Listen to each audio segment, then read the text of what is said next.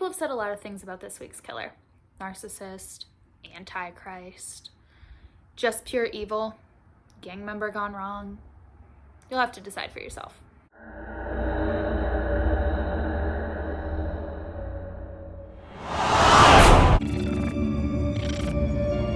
What's up, makers? Welcome back to Stab and Stitch. It is season 2, episode 2, and y'all, I changed the episode last minute. I did do that. So, it's Thursday night, but you know what? It's okay, because we're gonna have an amazing episode in a couple weeks too, and tonight's episode is also great. It's just the one I was originally planning, I need to spend more time on. Maybe it'll be an hour-long special edition. We'll see. But today's episode is here. And we are ready, and I'm super excited to share this story with you. I actually originally found this story through it's a podcast, it's kind of like Spooked, it's called Radio Rebel. It's run by the guy who played Dwight on The Office, and he shares firsthand accounts that people send in on this podcast. So that's how I heard of this murderer originally, and I'm going to tell the full story today. Before you pick up your project, make sure you are subscribed to my channel, right there-ish, give or take, and that you drop a like or a comment, and just let me know what you're working on this episode. And I'm gonna show you a project. So, something you may or may not know about me is that I have never successfully done color work. I've always been afraid of color work. I tried it when I was a very new knitter, and it did not go well. And so I have actually bought yarn for this sweater 3 times, and this is 3rd time's the charm. So I'm still in the yoke. I know. But this is the Sanguine sweater. It is by More Thunder. She is a colorwork sweater goddess. If you don't follow her, you need to. Like, she is the colorwork sweater girl. I mean, not the, but like, she does a lot of colorwork sweaters, and she does kind of big blocky colorwork look. So you can see I struggled a little bit up here, but then shout out to Caitlin Webb because she helped me out and I'm getting a lot better. Can I do color work? Anyway, I will not be working on this during the episode because I'm not that good at color work. Actually, I might be. I just have a couple stripes for a while. We'll see. So today I am wearing my Summer Priestess top by the one and only Mr. Michael Shawn. A vision. I feel amazing in this. It's mohair held with fingering, so it's like very like lush. I'm like touching it. I'm like petting it. It's got this awesome like band situation, which is great for the petting of the sweater. I still haven't decided what I want to do with the sleeves, so the sleeves are actually still on scrapyard right now. Shh, don't tell Michael. But he had just asked us to just bind off the sleeves in the test knit, and I wanted to make mine longer, so we'll see what I decide to do with it. I still have the yarn. The yarn, by the way, is I Melt For You by Katie Sue from the Scranton Stitcher. She did the mohair, and then I held it with an espresso brown from the Sorella winter collection last year, the winter tonals. So that is what I'm wearing. And then my bright red lipstick is NYX XXL, the only lipstick that is mask proof and all the things proof. And I just love it. So grab your projects, I'll grab mine, and let's jump right into the story. Life as a trucker is dangerous. More dangerous, I think, than a lot of us realize. And it's not just because of car accidents and being on the road all the time with dangerous drivers and rush hour and driving a massive semi-truck. Truckers are often very isolated and vulnerable. Many of them have to sleep in their trucks overnight while they travel at truck stops, and this makes them easy targets for a lot of crimes. They're also wildly underpaid, which is a whole nother thing to discuss later. That whole like truckers own their truck model. A lot of times they make less than $1 an hour. But I digress. One thing that I actually didn't know before I started researching this is that in school, to be a trucker, long haul truckers are taught tricks like taking a ratchet strap and loop it through the handles of the doors on both sides and tighten it when they're in the cab so that people can't open their doors while they're sleeping. They're told this, I mean, even before they even hit the roads the first time.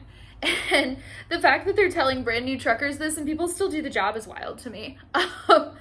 But it must be dangerous out there if these are the types of tips you're getting before day one, like day 0. It's like I said, I first heard of this story actually on another podcast.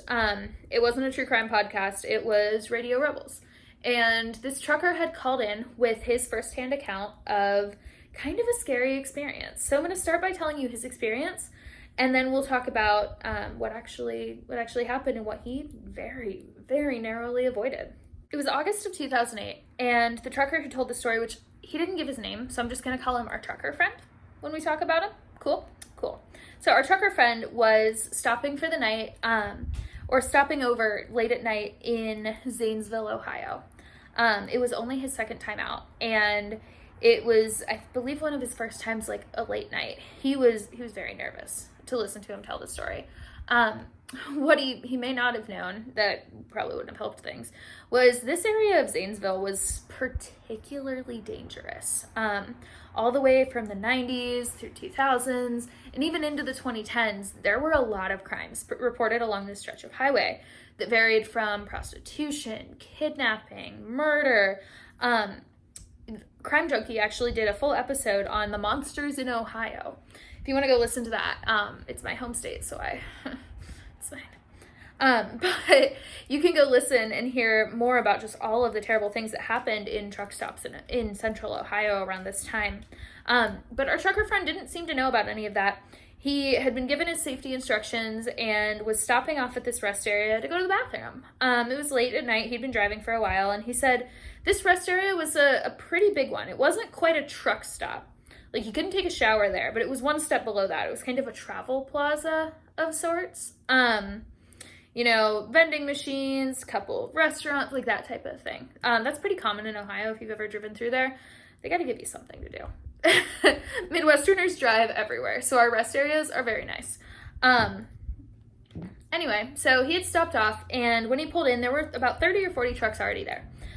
He had to park towards the back in an area that was noticeably darker than the rest of it, but he wasn't too concerned because, there were so many trucks there.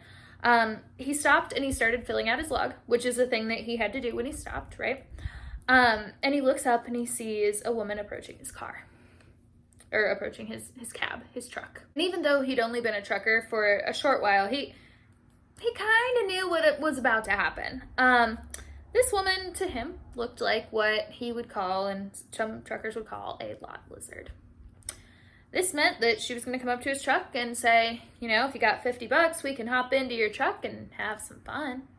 And as he's telling the story, he said, even if I wanted to, truckers don't make much money, and it was only his second time out, so he's kind of rolling his eyes already, getting ready to have to tell this woman no and deal with her asking again and making her go away and that whole thing. Well, as he's going through this mentally, she steps up and knocks on the window of his truck, and wouldn't you know it, she asks him for money. But when he says, no, I don't have any money, her behavior struck him as odd, because instead of doing what he expected, which was to say, oh, well, if you don't have $100, do you have 50 or do you have 5? Can you spot me some change? And go down kind of the list that I think we've all kind of experienced when someone has asked us for money before. But instead of doing that, she just said, okay, well, then could you walk me up to the travel plaza and escort me up there so that I can get there safely? So to our trucker friend, that's kind of a weird request, because as he described it, they were less than 100 yards away from the front door. And while the area he was parked was not well lit, the rest of it was. And he just got this weird gut feeling about it, that something was off. So he says, you know what? I don't think I'm going to do that. I'm actually not getting out of my truck. So it was nice meeting you, but have a good one. I'm going to leave now. And she walked away from the truck and kind of towards the entrance, but not quite. And that's when he sees this man step out from kind of behind another car. He didn't describe the car in great detail, but the man kind of comes around the corner and steps out, and he's looking at him. The man is looking at our trucker friend. He's not even really trying to hide it. He's kind of nervously pacing back and forth, and just blatantly staring at the woman who had just been up at his truck and our trucker friend. Like I said, he wasn't trying to hide that he was looking. And our trucker friend described it as, he's got this look of, I'm gonna get you. I'm just waiting for you to come over here so I can get you. But you're already mine. You're already dead. And he, like I said, he wasn't hiding. He was standing directly under the light. And it was so bright that our trucker friend could actually make out skull tattoos on him. Face tattoos and then skull tattoos that he could see as he was turning and walking back and forth. So now our trucker friend is thoroughly creeped out. He's like, yeah, this is not an okay situation. He described it as his situational awareness was like, yeah, no. So he puts the truck into gear and drives out of the station. And the whole time he's driving away, he can see the woman and this guy watching him pull away. He ended up stopping to go to the bathroom on the side of the road a little further up because he did have to go, but it was not worth it to him to get out of the truck at that point. And he called a friend and, told him what happened. And his friend starts laughing. He's like, oh, yeah, lot lizards will get you. And said it was very likely that guy was just a pimp who was working with the lot lizard.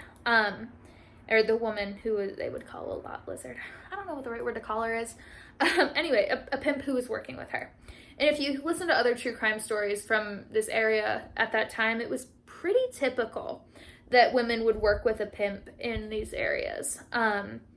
So he just kind of brushed it off as that. And went along with his route. And he said, I can never really shake it, but I kind of had to because, the most obvious explanation is usually the right one, kind of mentality. It wasn't until a year and a half later that he saw that man's face again. He was watching the news and saw a headline about a trucker murdered in Missouri and that someone had been arrested. And he looks at the screen and his heart just sank. Because on the screen was the man who had been staring him down, skull tattoos and all, just like it was yesterday. He was like, oh my God, that's the person. And so he starts Googling and he finds out that a woman was arrested too. And sure enough, it was the same woman. And this had happened all the way out in Missouri. So he's like, wow, they're traveling. Okay. And so he keeps Googling, he goes down the rabbit hole as we all do. And I think in this situation, it's even more justified, right? Because he is thinking he's narrowly escaped these people. And he finds out that this isn't the only murder that this man has been arrested for, and that he's actually already in jail and had confessed from jail to this murder that now he's on TV for. But he's already in jail for stabbing another truck driver to death in Zanesville, Ohio, in late August of 2008. And the body was found very close to the rest area that our trucker friend had stopped at. So our trucker friend, in his research, finds an interview with the murderer where the guy's going on and on about how he and his girlfriend are the next Bonnie and Clyde, and how he's the Antichrist, and how he loves to kill people, and truckers are easy targets. It was just, right place, wrong time, or wrong place, wrong time for these victims. And he is like, wow, could you imagine? That guy marked you and you got away. The man on TV, his name is John Hughes. And our trucker friend was right. He was already in jail for another murder when he was convicted of murdering the truck driver out in Missouri. So John Hughes, he was born on a farm in Mississippi. He's originally from there, and he described his childhood as being pretty isolated. He did have siblings, but he and his family lived pretty far away from the closest neighbors. He also said that he spent a lot of time alone, just by choice as a child. He said he thought differently than other people, even from a young age. He always had what he called racing thoughts, but he liked to be in control of situations, even from a young age. He would describe it as saying, people always knew it was my way or not at all, or you were going to do it the way I wanted, or I didn't need you. And even as a child, he said people knew that about him, and he would go to his family's houses and he was in control when he was there. It struck me as almost narcissistic, the way that he talked about this. It was definitely a control thing for him. He said that as a child, he did play very rough with his brothers and sisters, to the point that he admitted to apologizing to them for it later in life, for what had happened and the way he had treated them. He also admitted to having hurt animals as a child, which, if you follow true crime, you know is kind of an ear marker, or a very big warning sign, flashing neon light sign of like, this person might grow up to be a serial killer. As an adult, when he left Mississippi, he ended up in Chicago, where he joined a gang called the Simon City Royals. He had been in the gang for 18 years when he committed his first murder in 2008, or the first of the truck stop murders in 2008. He, according to him, was in leadership in the gang, and that he had, quote, seen some things and done some things. But he wouldn't say what, and he was very explicit that he wasn't going to name names, and he wasn't going to detail crimes, because this was his story that he was writing, and he wasn't trying to rat anyone out. Because he was so explicit that he wasn't naming names or calling out others for crimes and those types of things, that this was his story, he kind of iced over a lot of his life, or a lot of his adult life. What we do know is that he did have a daughter. He didn't really talk a ton about her, but he did have a daughter. And in 2008, he was in a relationship with Dana Tutor. So all of this culminates to he ending up near Zanesville, Ohio in August of 2008, where he meets a man named David Durben. He actually spent some time with David.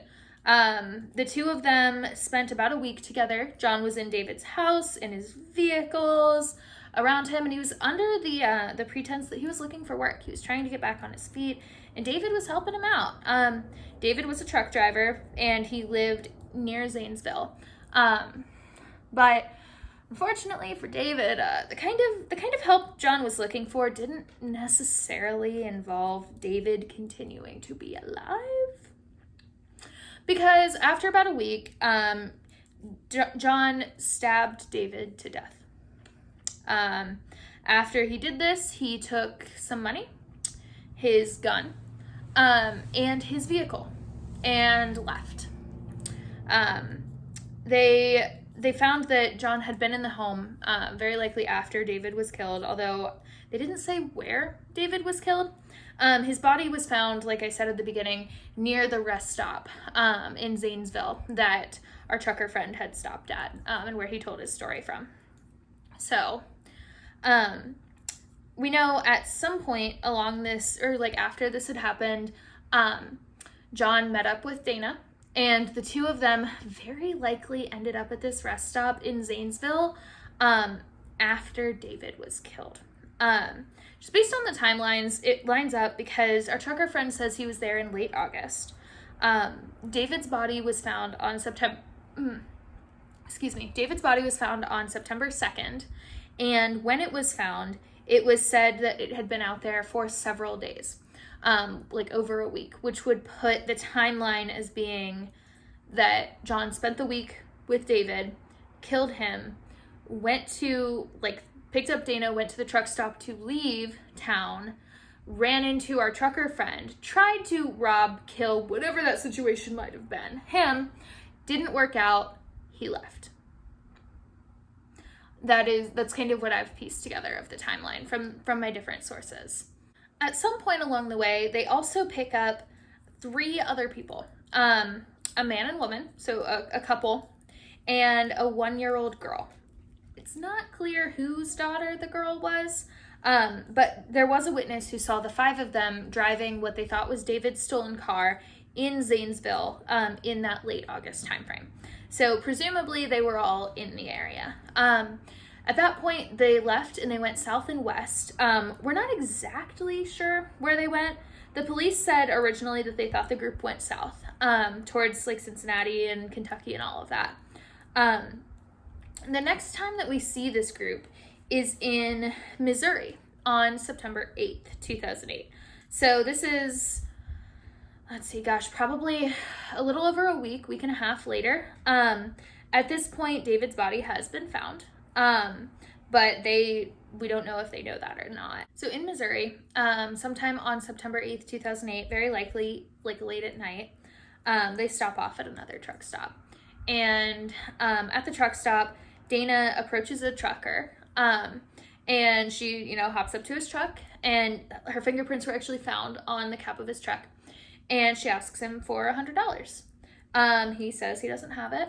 And she says, okay, well, can you walk me inside then? And he agrees, thinking, he's helping her. The two of them walk inside together. So they go inside, they go around the corner, and John is waiting there with the gun that he stole from David. He then shoots Vantin in the face. Valentin's body would be found in the men's room of that truck stop the next day. Did that story sound familiar?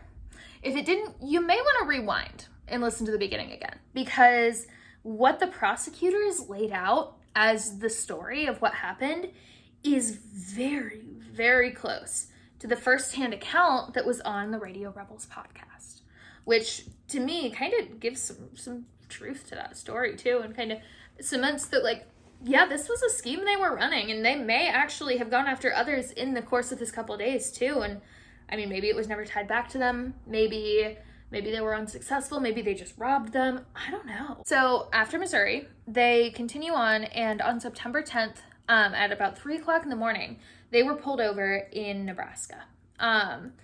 The police officer actually arrests John at this point, not because he knew who he was or he knew anything about him, but because he wouldn't present or produce identification, and he gave a very obvious fake name.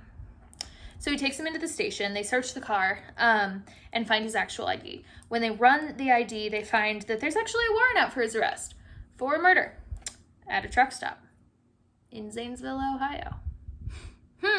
Wonder what that could be. Sure enough, the police had figured out that he very likely had killed David Durben, and put a warrant out for his arrest. He was brought back to Ohio and sentenced to 26 years to life in Ohio State Penitentiary. But after about a year in prison, John starts talking. But he's not talking about other people or giving the police names or saying, pointing fingers. No. He's confessing.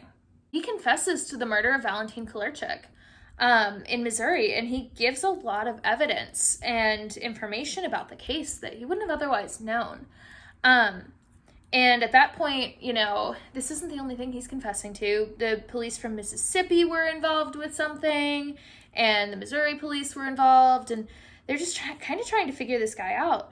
And he didn't think he was getting the deal he wanted, or that they were moving fast enough, because his intention, he was very plain about it, was that he wanted the death penalty.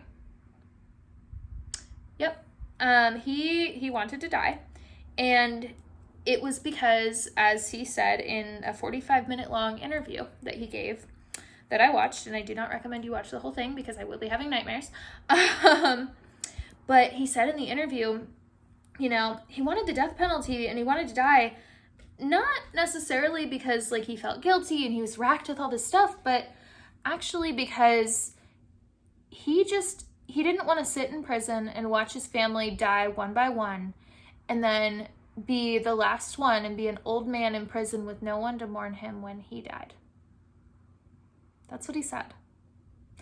And so at this point, my narcissist alarm bell is screaming at me. But I watched the whole interview, and I will give you the cliff notes because if you do watch it, it's kind of like a psychological thriller movie. So a lot of the information that I've just shared in this story actually was sourced from his firsthand account.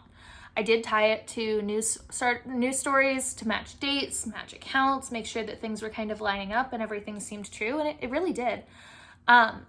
But some of the information he gave about his childhood, I have to stop and think, why would he share that? Because the interviewer didn't ask, did you ever hurt animals as a child? He offered that up himself. And he had tried at various points to plead insanity and had been unsuccessful based on psychological review. He wasn't insane, and he wasn't all there, but he wasn't insane. And so I have to question. Like, that's just my style. Is I'm watching and analyzing him. I'm like, why are you telling us this? What do you gain here?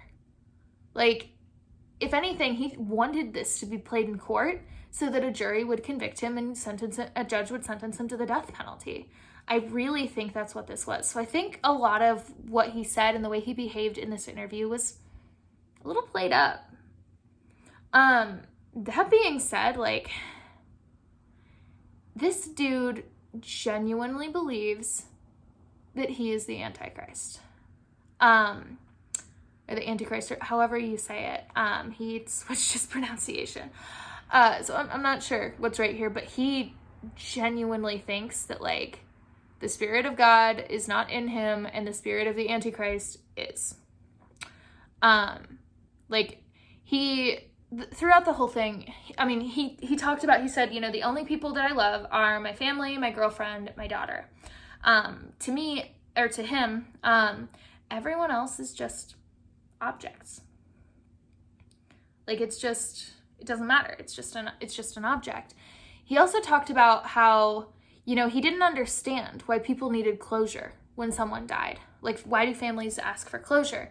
Because it's just an object. It's like, oh, my scissors broke and I threw them away, kind of a thing. Which I would cry about my scissors breaking, so I don't understand how he doesn't need closure. But that's me versus him. Yeah, but it's that, and then he keeps bringing up throughout the whole interview that he has these thoughts, these racing thoughts is what he calls them. Whether he's awake, whether he's asleep, he just has these racing thoughts. And just emphasizing all the ways that he's just so different from other people, that it's him against the world. And I'm going to play a clip from the interview that I recorded. It's from the Daily Mail website. I'll cite all my sources below. But if you're not sure you want to watch this, just go ahead and stop now. If you were to be released, you're back out into society, would you think that it would be, No. you know what? I wouldn't advise anyone to, not unless they want a lion loose in the streets. Because you'd kill again. More than positive.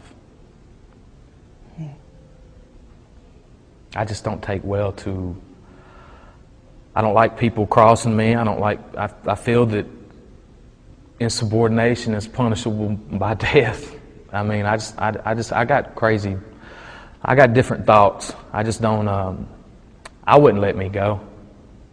What are your thoughts? What is it that goes through your mind again and again and again? It's everything at once. I used to just think that, I think of situations, it's constantly things are going through my head. Now I think about other things. It's creation. I think of how things were created, what people are, what purposes are, what makes people think the way they are. I have so many thoughts that run. I call them, I don't know what it is. I'd call them thoughts of supreme being. I don't know. I just have things that I think about the universes, how we're here, how we possibly could be here. I've thought like this for a long time in my life. I don't think like normal people. Never have. And so you think you were probably born wired this way, with the racing thoughts and the... Well, I'd say this is that I know that I was born this way, yes, and everybody's not born, I guess you could say, with the Spirit of God in them, as they'd say. That's why I have this Bible verse on my eye, if you see it. It states in that verse that, and I didn't get it because I feel, that I'm the Antichrist per se, but that it states in this verse, it says, and everyone that does not confess that Jesus Christ is come in the flesh is not of God, and this is the spirit of the Antichrist, which you have heard was coming and is now already in the world. If you notice, he says this is the Spirit. So that means that there's other things that are born without the Spirit of God in them. A lot of people don't take that and see that. So if you're not born with the Spirit of God, if you're born with the spirit of something else, then you're born, then according to the Christian Bible, then you're not, everybody can't have the Spirit of God in them. So you don't have the Spirit of God? Not according to the Bible. If you're going by that route, no, I definitely do not. But what about you? What do you think? I feel that I'm in charge of my own destiny. And if there's a God, then I'm definitely not going that way.